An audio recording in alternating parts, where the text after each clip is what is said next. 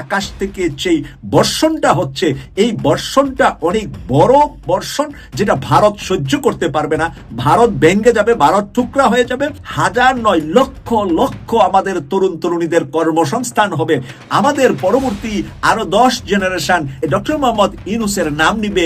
180 degree বদলে ফেলেছে বিশ্বের কোন একটি দেশ, এইভাবে বদলে ফেলেছে এই নজির হয়তো সাম্প্রতিক সময়ে কোনো দেশ দেখাতে পারেনি। তবে এর পিছনে একজনের নাম বলতেই হবে। প্রথম থেকে তিনি যেভাবে পুরো খেলাটাকে ঘুরিয়ে দেওয়ার চেষ্টা করেছেন, সেই সময়ে প্রফেসর ইউনূস বিশ্ব জয় করছেন। এটা প্রফেসর ইউনূসের আরেক খেলা। টাকা পয়সা যা লাগবে আমরা দিব। কত বিলিয়ন ডলার লাগবে বলেন? হ্যাঁ, চমৎকার এই ঘটনা, আপনার সঠিক শুনছেন। ডক্টর মোহাম্মদ ইউনূসের জন্য একটা সুসংবাদ হচ্ছে, জাপানের সবচেয়ে বড় জিনিস যেটা দরকার সেটা নিয়ে আসছেন। এটা ডক্টর মোহাম্মদ ইউনূসের জন্য কাজে দিবে। যে সিদ্ধান্ত ডক্টর ইউনূসের সরকার নিয়েছে, ধন্যবাদ ওনাকে। যে ছবিগুলো দেখলে তো কলিজা ঠান্ডা। ছোট্ট একটা দেশ, সারা পৃথিবীরে না চায়, কেউ টাচ করার সাহস পায় না। কেন? এটি ভারতের ঘুম কেড়ে নিচ্ছে। প্রতিবেশী রাষ্ট্রের চাপে ভারত এখন চিড়ে চ্যাপ্টা।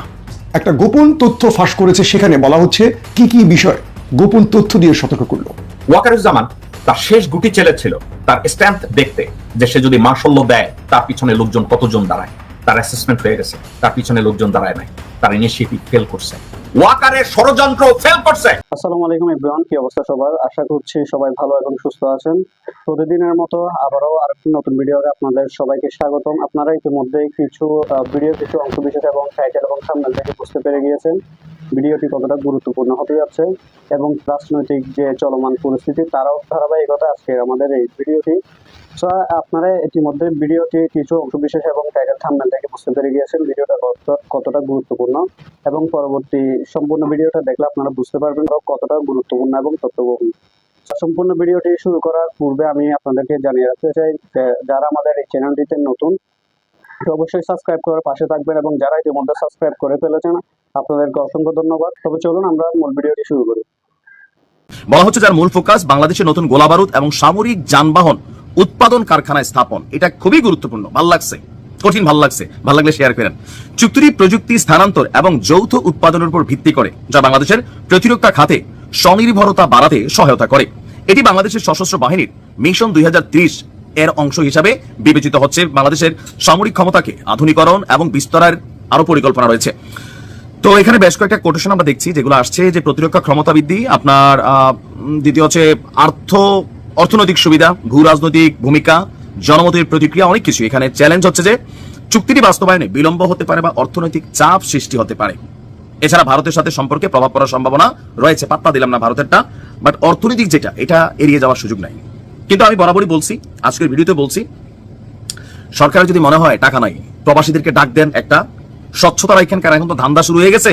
ওই এক উপদেষ্টার পিএস এর যে ঘটনা, ইমান আমাদেরও হারাই গেছি। তারপরেও সেনাবাহিনীর কোনো অ্যাকাউন্ট যদি হয়, ফান্ড আসে, যে আওয়াজ আসে যে বাংলাদেশের প্রবাসীদের কাছে সহযোগিতা চাই, এই জিনিসগুলা করবো, ইনশাল্লাহ টাকার বন্যা বসা যাবে। মনে রাখেন, প্রবাসীরা ওই কলিজা রাখে। আমরা দুই বিদেশে থাকি তো দেশটারে চাই, ভালোবাসি। ওই মিয়ানমার দিক দিয়ে আরাকান আর্মি গুতা দেয়, সীমান্তের মধ্যে বিএসএফ গুতা দেয়। ভাই, এই গুতাগুতি আর ভালো লাগে না। আমরা কারোর সাথে যুদ্ধে যাওয়ার পক্ষে না, তবে আমাদেরকে গুতাইলে আমরাও গুতাটা রিটার্ন করার পক্ষে। তবে গুতামুখী দিয়া মেশিন লাগবে। এই চ্যালেঞ্জটা একটা বড় চ্যালেঞ্জ, কারণ ডক্টর ইউনূসের সরকার অর্থনৈতিকভাবে একটা বড় চ্যালেঞ্জের মুখে আছে।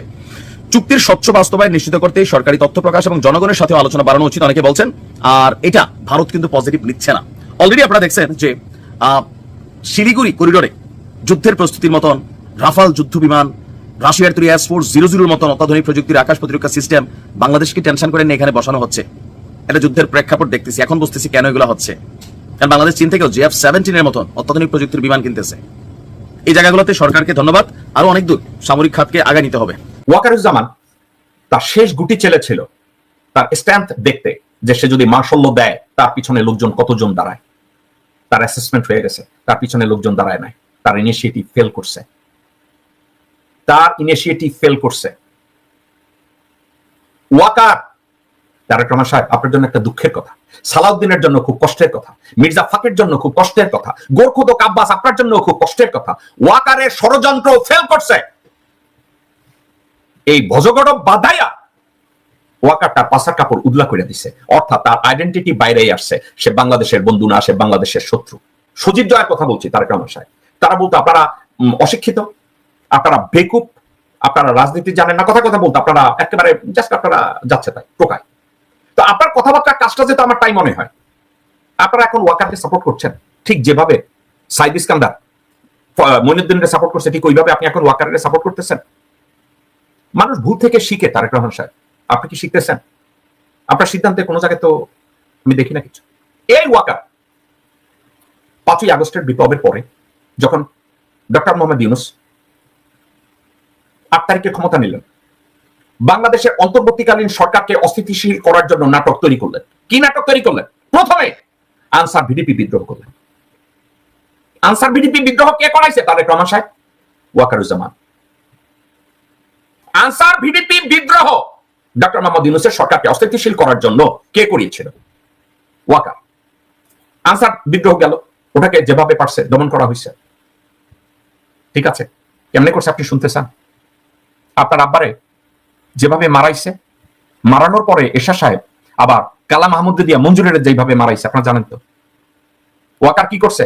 আনসার ভিডিপির দিয়া ইউনূস সাহেবের বিরুদ্ধে বিদ্রোহ করাইছে। এবার ওয়াকার নিজেই আনসার ভিডিপির মহাপরিচালকরে বাস দিছে, এরে আজতে পারাইছে, ওরে ধমক দিছে।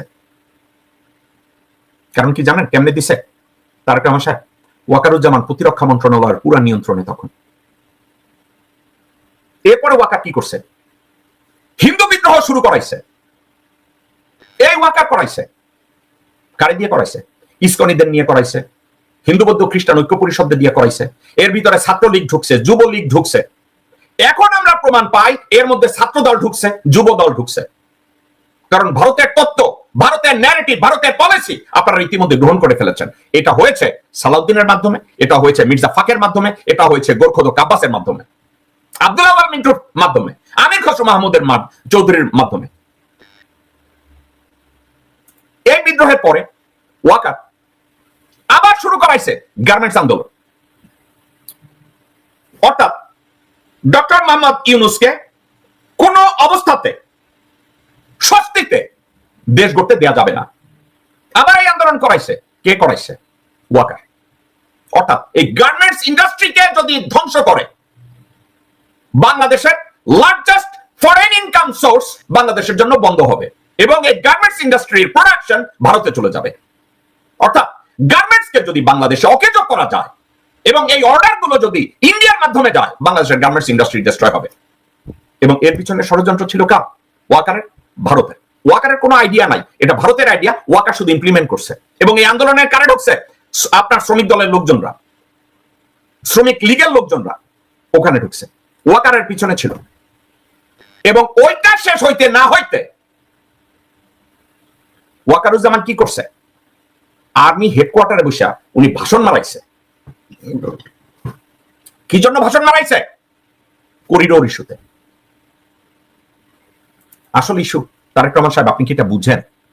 ওয়াকারুজ্জামান প্রতিরক্ষা মন্ত্রণালয়টাকে সে কব্জা করতে চাইতেছে বাংলাদেশের সংবিধানকে অসংবিধানগুলি দেখায়া। বাংলাদেশের কোন সিকিউরিটি ব্রিফিং ডক্টর মোহাম্মদ ইউনূসকে দেওয়া হয় নাই আনটিল ডক্টর খলিলুর রহমান প্রতিরক্ষা মন্ত্রণালয়ের দায়িত্ব নিয়েছেন। আপনি কি এগুলো জানেন না তারেক রহমান সাহেব? আপনি কি এসব সাবজেক্টে আপনারা একবারও এটা নিয়ে আলাপ আলোচনা করেন নাই, দেখেন নাই যে পরিস্থিতি কি? তারেক রহমান সাহেব, এটা নিয়ে আপনি স্টাডি করেছেন? আপনারা ইতিমধ্যে সম্পূর্ণ ভিডিওটি দেখতে পেরে গিয়েছেন। তো অবশ্যই আমাদেরকে জানাবেন যে ভিডিওটা কতটা গুরুত্বপূর্ণ ছিল এবং কতটা তথ্যবহুল ছিল, আমাদেরকে অবশ্যই জানাবেন। এবং এতক্ষণ পর্যন্ত আমাদের সাথে থাকার জন্য অসংখ্য ধন্যবাদ। তো আজকের মতো এখানে শেষ করছি। সবাই ভালো থাকবেন, সুস্থ থাকবেন। আল্লাহ হাফেজ।